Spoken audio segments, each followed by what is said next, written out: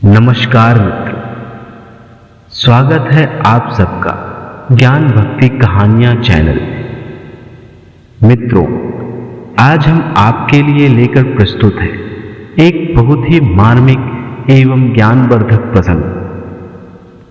तो मित्रों, इस प्रसंग को पूरा सुनिएगा और हमारे साथ अंत तक बने रहिएगा।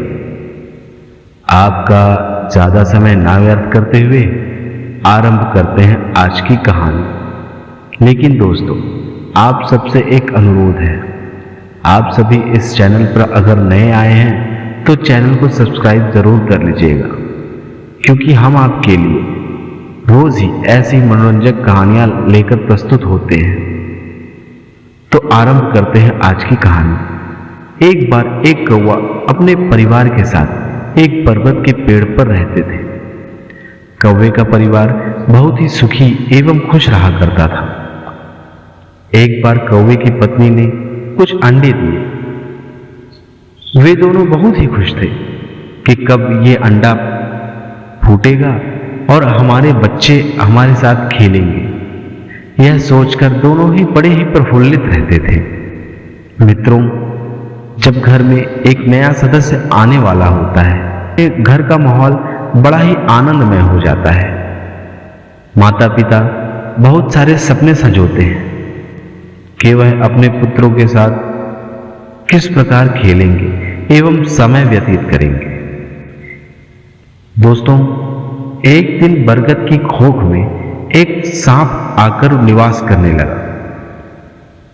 उस सांप के आगमन का कौवे और कौवी को पता नहीं चला और सांप बरगद की खोख में रहने लगा। एक दिन जब कौवा और कौवी खाने की तलाश में अपने घोंसले से दूर चले गए थे, तो उस सांप को मौका मिल गया और उसने कौवे के अंडों को खा लिया। जब कौवा और कौवी वापस आए तो अपने घोंसले में अपने अंडों को ना पाकर बहुत ही दुखी हुए और रोने लगे। कुछ दिनों बाद इसे भगवान की इच्छा समझकर दोनों इस घटना को भूलने लगे और फिर एक दिन कौवी ने फिर कुछ अंडे दिए और सांप ने मौका पाकर फिर उनके अंडों को खा लिया। इस तरह कई बार हुआ। कौवा और कौवी अपने अंडों को छोड़कर दूर जाते और वह सांप मौका पाकर उनके अंडों को खा जाता। यह घटना जब बार बार घटित होने लगी तो कौवा और कौवी ने सोचा कि क्यों ना इस बार छुप कर देखते हैं कि आखिर हमारे अंडों को ले कौन जाता है। कौवा और कौवी अपने अंडों को छोड़कर वहां से कुछ दूर गए और फिर वापस आकर बरगद के पीछे से अपने अंडों पर नजर रखने लगे। उन्होंने देखा कि उनके बरगद की खोख में एक सांप रहता है। वह वहां से निकलकर उनके अंडों को आकर खा जाता है। यह सब देखकर कौवा और कौवी का तो जैसे कलेजा ही फट गया। दोस्तों, अपने बच्चों को अगर छोटी सी चोट भी लग जाती है तो उसके माता पिता को उस चोट से अधिक पीड़ा खुद को होती है। और यहां पर तो अपने अंडों को एक सर्प द्वारा खा लिए जाने पर कौवे और कौवी का क्या हाल हुआ होगा, इसका अंदाजा भी लगा पाना मुश्किल है। दोनों ने इस नजारे को देखा तो उन्होंने वह बरगद छोड़ने का निर्णय ले लिया और वहां से जाने की तैयारी कर ली। दोस्तों, वही बरगद के समीप एक लोमड़ी रहा करती थी। उस लोमड़ी से कौवे और कौवी की अच्छी मित्रता थी। कौवे ने कहा, चलो जाते जाते उस लोमड़ी से मिल लेते हैं। जब वे दोनों लोमड़ी से मिलने गए तो लोमड़ी ने पूछा, तुम लोग कहां जा रहे हो? तो दोनों ने लोमड़ी को सारी बात बताई और कहा, मित्र, एक सर्प हमारे बरगद की खोख में रहने आ गया और वह हर बार हमारे अंडों को खा जाता है। वह हमसे ज्यादा ताकतवर है, इसलिए हम उसका कुछ नहीं बिगाड़ सकते हैं। इसीलिए हम इस स्थान को छोड़कर दूर जा रहे हैं। लोमड़ी ने कहा, जब हमारा दुश्मन हमसे ज्यादा ताकतवर हो जाता है तो हमें फिर वहां पे ताकत का इस्तेमाल ना कर अपनी बुद्धि का इस्तेमाल करना चाहिए।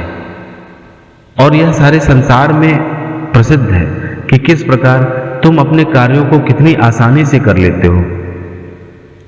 तब कौवे को एहसास हुआ। उसने वहां से जाने का फैसला छोड़ दिया और बरगद पर ही रहने लगा और रात दिन सिर्फ यही सोचने लगा कि सर्प को कैसे पराजित किया जाए। एक दिन जब अपने बरगद की डाल पर बैठकर वह सोच ही रहा था तो समीप के तालाब में एक राजकुमारी नहाने आई। वह राजकुमारी प्रतिदिन उस तालाब में स्नान करने आती थी और जब वह आती तो अपने साथ एक बहुमूल्य हार पहनकर आती थी और स्नान करने से पूर्व उस हार को उतारकर एक जमीन पर रख देती थी। कौवे ने तरकीब लगाई कि क्यों न इस हार को उठाकर सर्प की खोख में डाल दिया जाए और किसी तरह यह सैनिक मुझे ऐसा करते देख ले तो ये सैनिक उस सर्प को अच्छा मजा चखाएंगे। अगले दिन जब राजकुमारी स्नान करने आई तो हर दिन की भांति उसने अपने हार को उतारा और वहीं जमीन पर रख दिया। कौवे ने जैसे ही मौका पाया तो उस हार को लेकर उड़ गया तो उसे ऐसा करते देख राजकुमारी के सैनिकों ने उसे देख लिया और वह कौवे के पीछे भागी। कौवे ने तुरंत ही हार अपनी चोंच में दबाई और ले जाकर सर्प की खोख में डाल दिया। जब वह सैनिक उस खोख से हार को निकालने लगे तो वहां से वह सर्प निकला। सर्प को देखकर सभी सैनिकों ने मिलकर उस सर्प को मार डाला और उस हार को राजकुमारी को ले जाकर दे दिया। दोस्तों, आप सबने देखा कि जब आपका दुश्मन आपसे ज्यादा ताकतवर हो तो किस प्रकार आप अपनी बुद्धि से उस दुश्मन को परास्त कर सकते हैं। आज हमने इस प्रसंग में सीखा कि बुद्धि किस प्रकार बल से भी ज्यादा श्रेष्ठ होती है। और मित्रों, आपका बहुमूल्य समय देने के लिए आपका बहुत बहुत धन्यवाद। राधे राधे। जय श्री कृष्ण। घनश्याम सभी का कल्याण करे।